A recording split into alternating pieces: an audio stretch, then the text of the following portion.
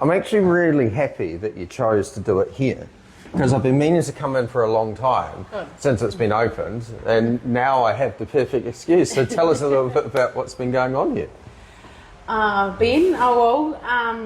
Basically the pub came up for sale, and the amazing Hamish Kavanagh had a vision that maybe the community should buy it, and we had a community meeting and there seemed to be enough interest, and so we went to auction and bought the pub. Nice. That was probably the easy bit. Yeah. So then we realised we were suddenly going to have to do a whole lot of stuff that we probably hadn't expected to have to do. Put a new kitchen in, burnt a lot of money quickly, and then all the community came in and pitched in. We've had painters extraordinaire, floor polishers of very high repute, all doing amazing stuff to create this amazing space. It was looking great and stunning. I did a gig in this pub way back in the day, and so there's a lot of changes to it since then. So it's looking really good. This door seems new. Yep. So a new door, so that if someone wants to just have that space, we could divide it off. But when you're trying to work with, it's not designed for a cafe. There are lots of challenges. But it's been fun, and I've got to say that at the shareholders opening, so the story is the 70 local shareholders. Holy. And when we had the opening, it was the love for the town and our community that was just so evident. That was just so exciting to be part of. So that is a high trust model. Yes, so although I could see the vision of adding vibe to the town, and we've only been open since the 10th of November, 10th of October, sorry, and you can see what it has brought to the town already. People are stopping and enjoying our town. We just had some people come on in before and leave disappointed because you're not actually open today. So we're not open 7 days yet. We're still finding our way, but we've got the old accommodation facing the state highway has been converted to 3 premises. The Hunterville bookshop and gift shop, and a clothes shop and a hairdresser. Hunterville born and bred? Yes, Hunterville born and bred. I used to be a little bit confronted saying that, but then I thought my grandmother was the same, and she survived, so I'll survive. So I went to England very quickly, and Alex proceeded to buy a farm when I was away for 3 weeks, and I came back and he said, I've bought a farm, I need a wife. That's a romantic story. Exactly. And so how long have you and Alex been together for? Long time, so since school. So he's put up with a lot.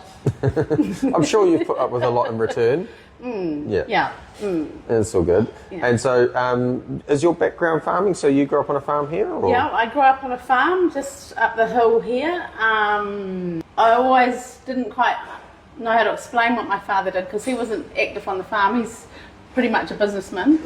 And very, very lucky to grow up riding my pony around the farm and enjoying that aspect of rural living. I feel incredibly fortunate to have grown up here in Hunterville, and that my children have grown up here in Hunterville. We have an amazing, strong community where everyone just pitches in and makes stuff happen, and that is why I'm involved with council, because that's my way of giving back. And I've been incredibly fortunate. So what were your favourite memories of growing up here? Like, you're talking about riding a horse, but did you go to local school here and things like that? Yes, so went to Hunterville School and then went on to Ngātawa for my secondary school. So yeah, Rangatiki through and through. Was there any sort of desire to leave like you said you went to England for a little bit? Or just a couple just a holiday? I mean, to be honest, I actually went for 3 months after I was married on my own. Oh, okay. Because I hadn't done a lot of travel. Because I went to uni after secondary school. Yeah, trained as a valuer. Oh, yeah. Got registered as a valuer. And yeah, so went to Massey. And yeah, so didn't go that far away from that either. Maybe blame Alex for that. Yeah, I'm a Massey alumni, so yeah, Right. respect.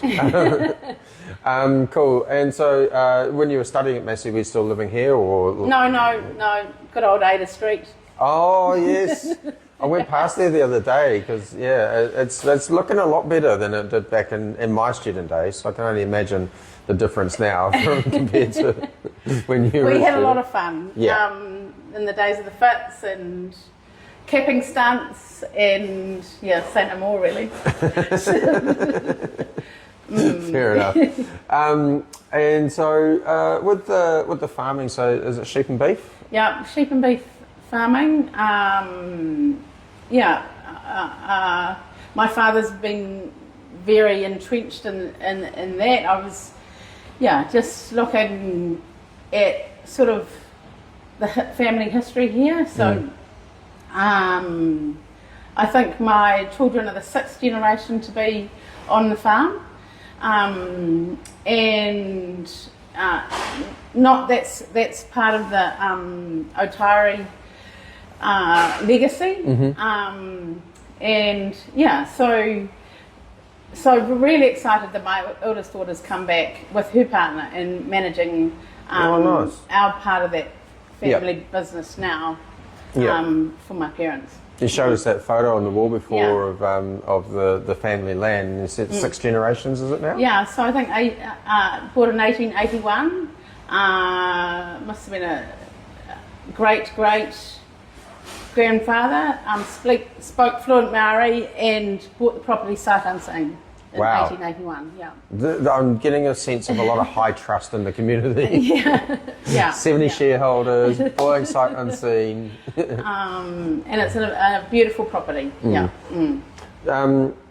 With the so outside of work and outside of this place and outside of council, what are your interests and passion projects? I'm just wondering if I could give Councillor Wilson a run for his money in the kitchen. Oh. I do use the recipe book though. Yeah. I love looking at recipe books. So trade me recipe books is a bit of a naughty thing. So love cooking. Yeah. Love, my mother was put on this earth to create beautiful things, and so at times I try and get a pinch of that. Yeah, but I'm probably a fluffer in the kitchen rather than a good cook. Do you have a particular type of food that you like cooking or cuisine that you like? Oh no, just creating dishes for people. Yeah. That are going to enjoy it. Is anybody at council lucky enough to be a recipient of cooking from you? No, I don't know if they... I go to work. No. They need to be nicer to you kind of thing, you know. Yeah, well perhaps I should. A cake might help, of course, I'll keep that one up my sleeve. So have you, with the kitchen here, have you been tempted to go on in and because I imagine it's a commercial kitchen. Yes, so no, look, I can't pour a beer, so my challenge was manning the dishwasher in the bar. Oh yeah. I've graduated from that, and now I'm allowed to do dishes in the kitchen there. Oh, so you've done glassing, now done kitchen hand. Oh yeah, no, I haven't. But I'm deciding tomorrow night, Christmas Eve, is always a big night in Hunterville. Growing up, it was huge. The minister used to come down at midnight to the Argyle and take everyone back to church. Oh, okay. That won't happen anymore, but so I'm just trying to decide, do I enjoy my gin on Christmas Eve, or do I have to pull my weight in the kitchen? We'll wait and see. Yeah. Were you into any sports growing up, or? Yeah, so did all the hockey really. Oh, yeah. Hockey at school, loved that. But horses, lucky enough to have my pony at Ngātawa. Yep. And quickly learned that when everything goes to custard, go for a ride on your horse, come back, she's pretty much all okay. Yep. And I've probably used my horse as a good friend in that respect for a long time. Not so much now. Yeah. Yeah. It was good having that sort of like outlet. You know. Absolutely. Yep. Yeah. Very lucky. I suppose most people just go onto phones and devices and stuff like that. Yeah. But I love my garden at home. I'm also, I wouldn't say a good gardener, but I enjoy the space. Yep. I have a fantastic outdoor deck that overlooks Simpsons Bush, and I know that can just bring me back to reality. Yeah, it works for me. Yeah. So that's how you ground yourself after like a stressful day? And, Yeah. Nice. With, I suppose, you know, being a counsellor, like how do you find the time to fit everything in that you do? Because, you know, you're now an entrepreneur, a farmer, counsellor. Look, some days definitely drop the ball, and some months are definitely better than others. Yeah. Third term on council, way easier. You know, you've got your confidence at the table, you know what's coming up. So that's made it a lot more fun, probably. I don't know what my colleagues would say about that, but yeah, that's how I feel. Half of our council's new, but yeah, there's a lot being thrown at us. I'm up for the amalgamation discussion. That's why I stood again.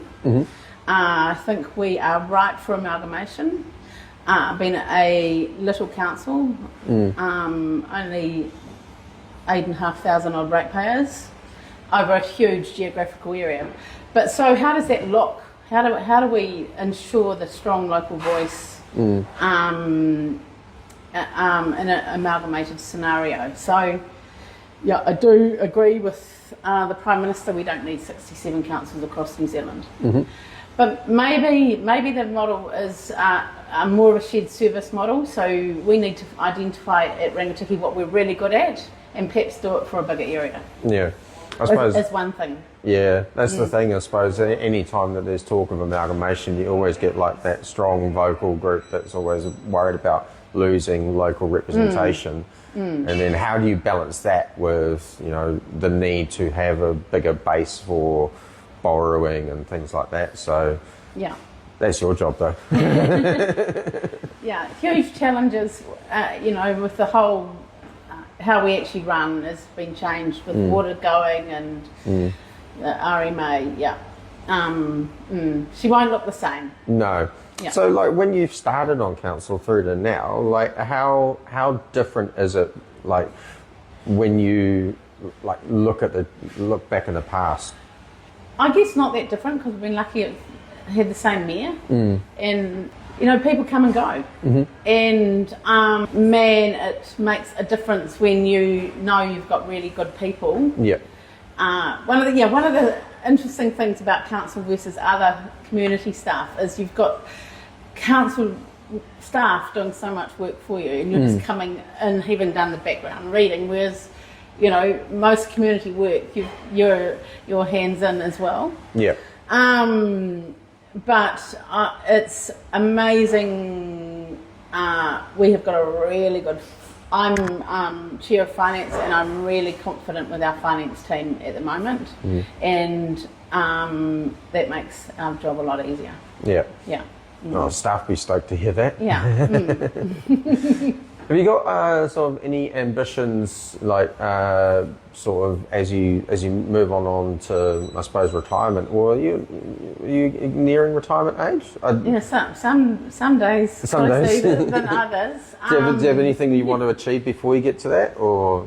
No, not really a bucket list yet, but yeah, I Oh, well, I mean, a bit of a bucket list. I think I need to learn bridge, Yeah. learn how to play bridge, and maybe I haven't delved into the golf course either, but I think that probably is something I need to sort out. Yeah. Alex is an avid jet boater. Yep. And one thing I've never taken advantage of is I don't know how to fly fish, and I think that would be another thing that would be really cool. Well, So yeah, that's a little bit of a bucket list, I guess. You've got a fantastic river just out the back here, practicing. Yeah, so get amongst it, food. Yeah, absolutely. What do you think your friends would say about you as like your best qualities? Oh goodness me. Like if they were sat right there, once they've like taken their time, stop embarrassing you, kind of thing. Like what they say. I hope that they would say if she says she's going to do something, she'll do it. Yeah, so that integrity to stand by what you say. Yeah. And trying to do the right thing at the right time for the right reasons. Yeah. And make a positive impact. Was some of the sort of passions that you have, I suppose, for this next triennium, like what is it that you want to see happen and helping to contribute to? Obviously you mentioned you're chair of the finance committee. Yeah. So is there anything that you sort of like want to see from start to end? Just getting the jobs that are on the table delivered. It seems sometimes like a frustrating process. So yeah, getting some stuff done and ticked off. And you know, I drove back through Bulls this morning. You know, Bulls is looking sad. Taiabi's not looking that much better. There's a huge list of to-do list. Yeah. Yeah. And lots of people screaming out for things, eh? Yeah, but if we can get delivery of those projects that are already on the table, that will be fun. Thank you very much. I appreciate the. Are we going to go for a beer now, or it's not open? Well, I can show you around beer if you You can want. do. All good.